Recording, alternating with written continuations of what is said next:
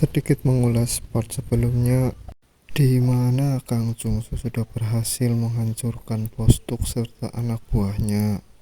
Serta pada part kali ini kita dibawa ke rumah sakit dalam ruangan UGD, memperlihatkan Postuk yang tengah dirawat dan masih ditemani dengan seluruh anak buahnya. Mereka semua pun terlihat babak belur di part Jungsu kemarin.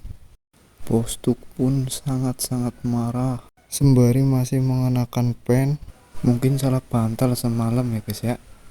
Kemudian dia memberi perintah untuk mencari Kei dimanapun ia berada.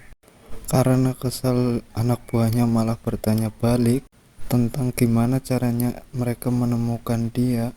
Postuk pun mencoba menghajar anak buahnya menggunakan stand in push atau apa sih itu namanya ya guys ya, yang tongkat buat impus itu loh ya, intinya itulah ya guys ya. Memangnya di mana pria yang bertubuh gempal itu yang kemarin kita hancurkan? Cari di rumah sakit lah goblok.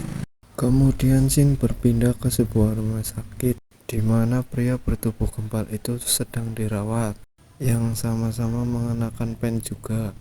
Nampaknya banyak orang salah bantal apa di manhwa ini ya. Kita pun dibawa flashback keingatan si pria bertubuh gempal yang memperlihatkan dia begitu semangat dalam menjalani misi serta sangat menginginkan untuk menjadi juara satu. Juara satu.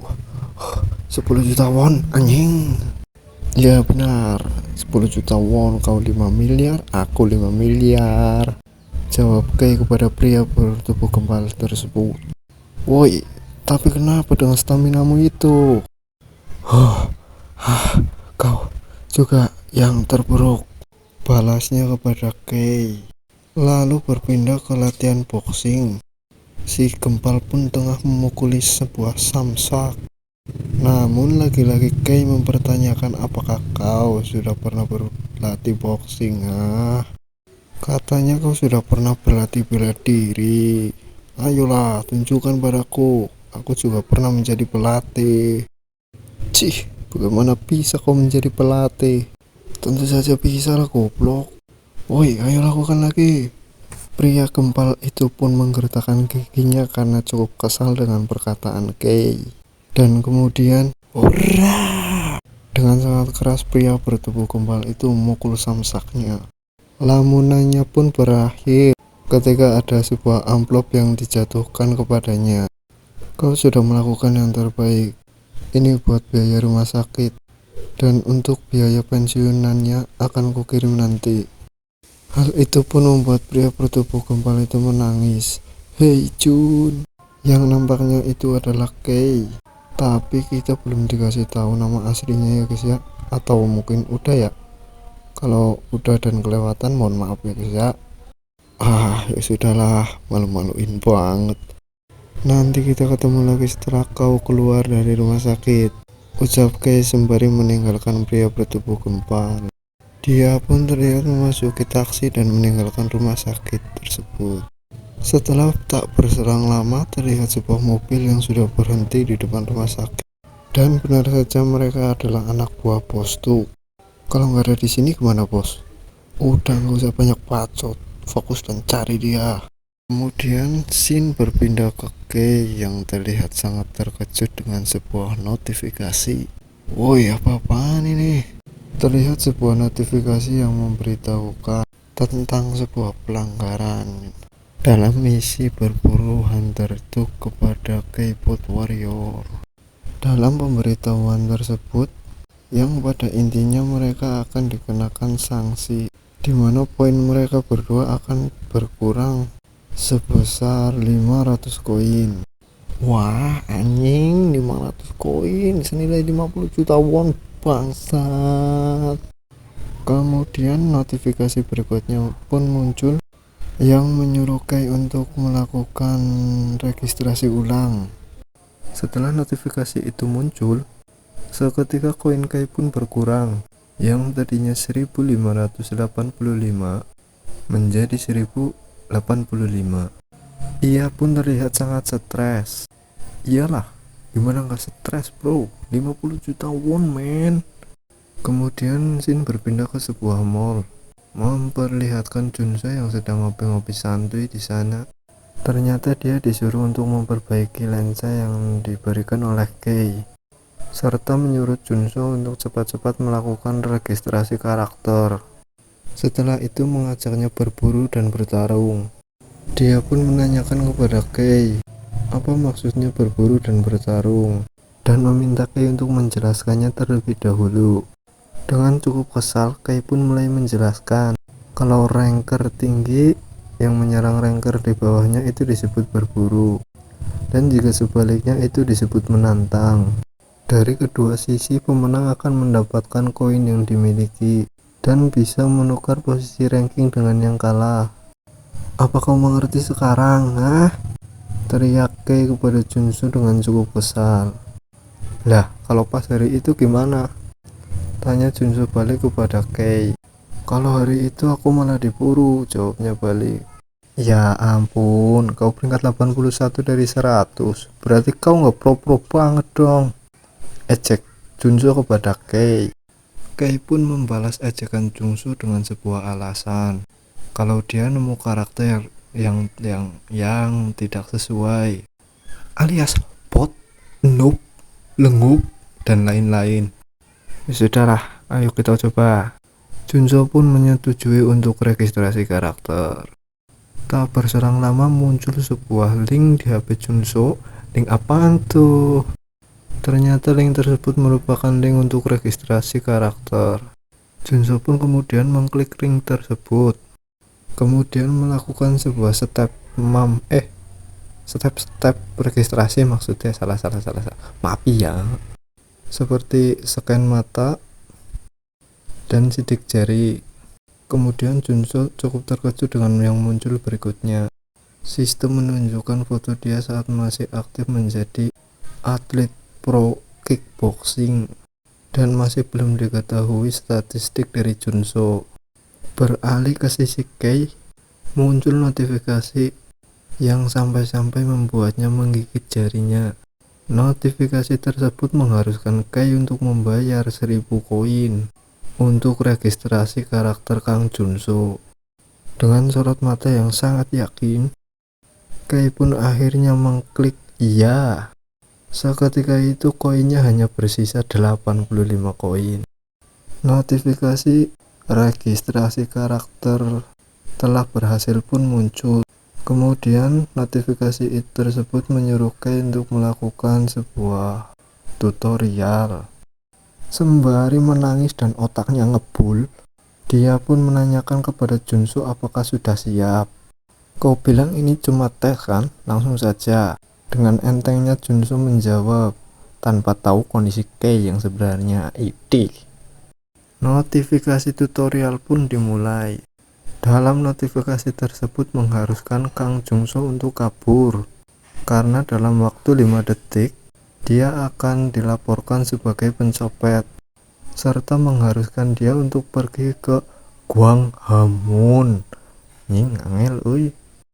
Maaf guys, bacanya belepotan. Hehehe.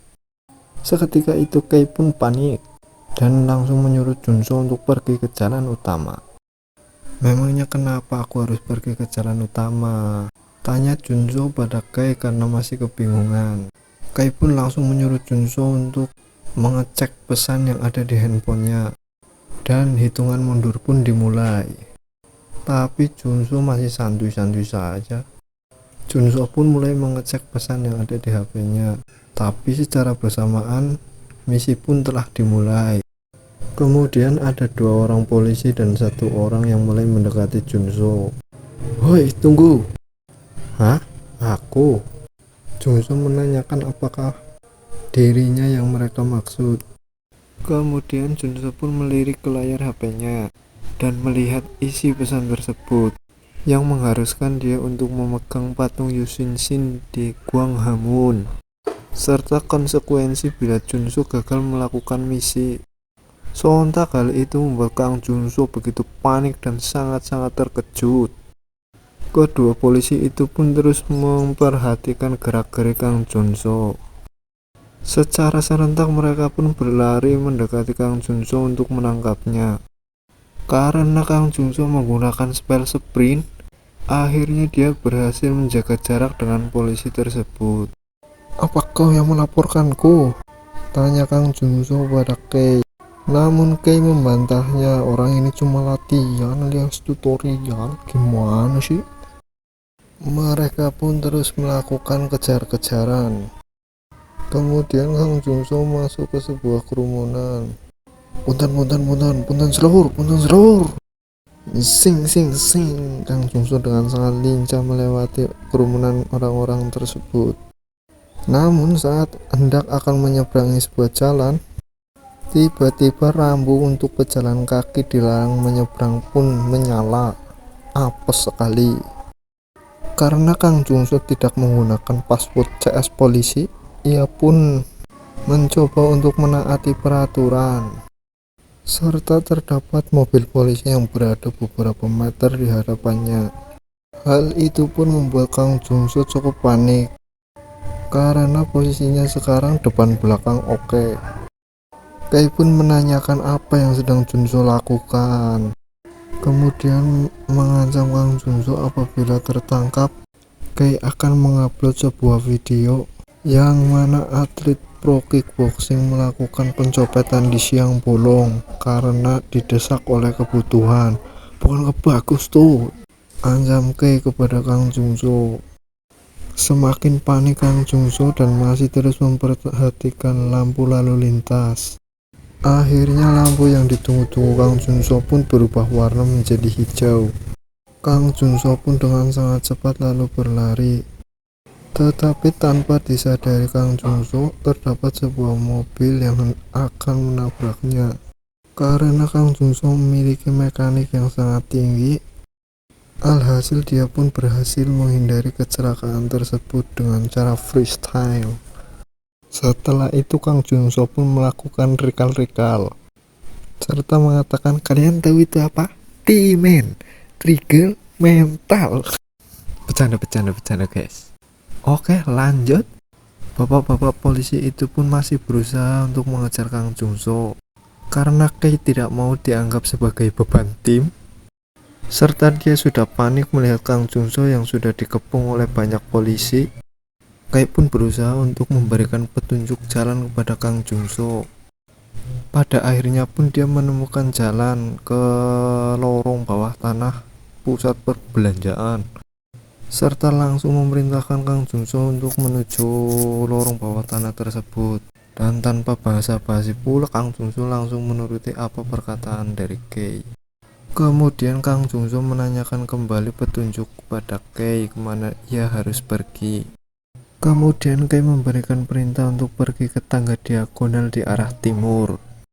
Dan tanpa disadari oleh Kang Junso, the Bapak polisi sudah berada di belakangnya. Kang Junso pun kemudian langsung berlari tanpa basa-basi menuruti perkataan Kei. Kemudian berpindah ke sisi Kei. Dia masih memikirkan apabila tertangkap ini gimana.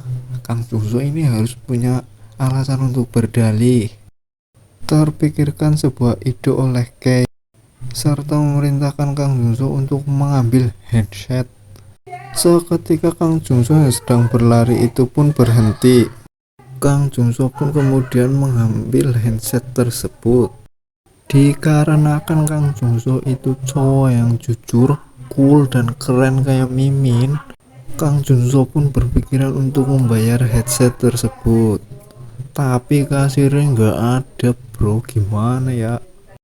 Ya kurang lebih begitulah pikiran Kang Junso. Hehe. Kei pun kemudian menanyakan apa lagi yang dilakukan oleh Kang Junso di situ. Kang Junso pun menjelaskan kalau dia ingin membayar headset tersebut. Tapi nggak ada kasir bro, ini gimana?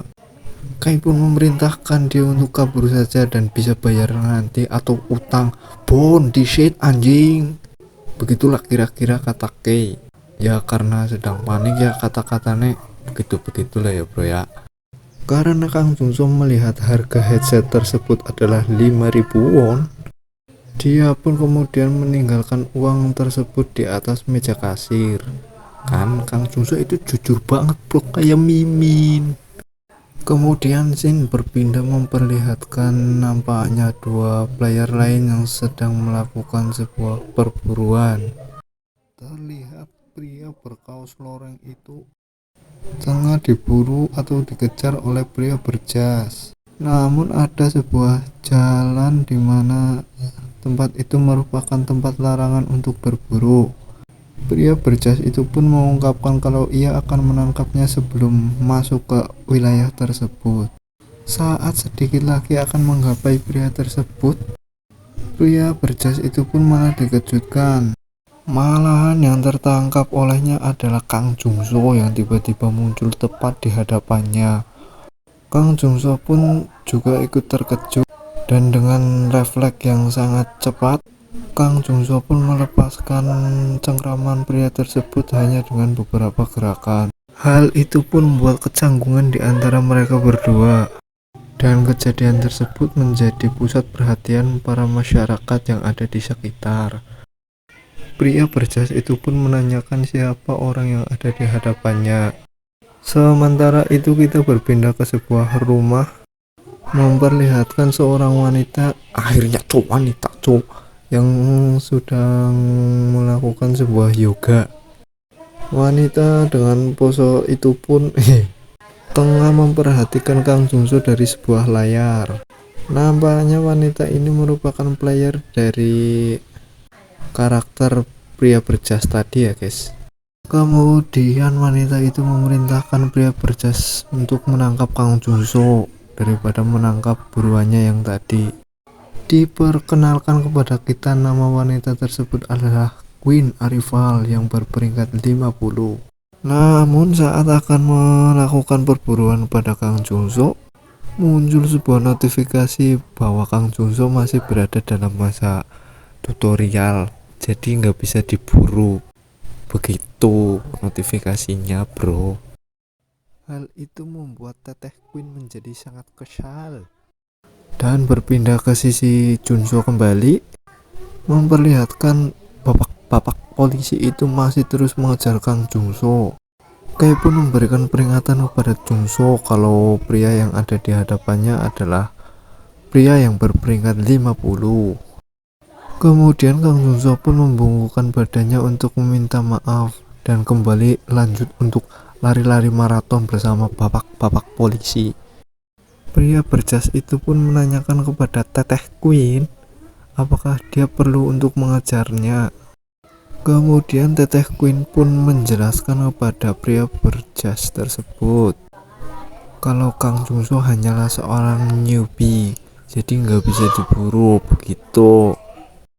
Berpindah ke sisi Kang Jungso, Kay pun memerintahkan Kang Jungso untuk mengenakan headset yang telah ia beli tadi, serta memperlihatkan Kang Jungso yang sebentar lagi akan mencapai patung Yushin-shin. Namun begitu banyak polisi yang terus mengejarnya. Patung Balmond, patung Yushin-shin itu pun sudah berada tepat di hadapan Kang Jungso. Karena ketegangan Kay yang sudah memuncak, sampai-sampai membuatnya berdiri dari kursinya. Kemudian berteriak kepada Kang Jungso untuk menyentuh patung Yushin-shin tersebut. Kang Jungso pun langsung melompat untuk menyentuh patung tersebut. Begitu pula dengan polisi yang sudah berada tepat di belakang Kang Jungso. Namun Kang Jungso sudah menyentuh patung Yushin-shin terlebih dahulu.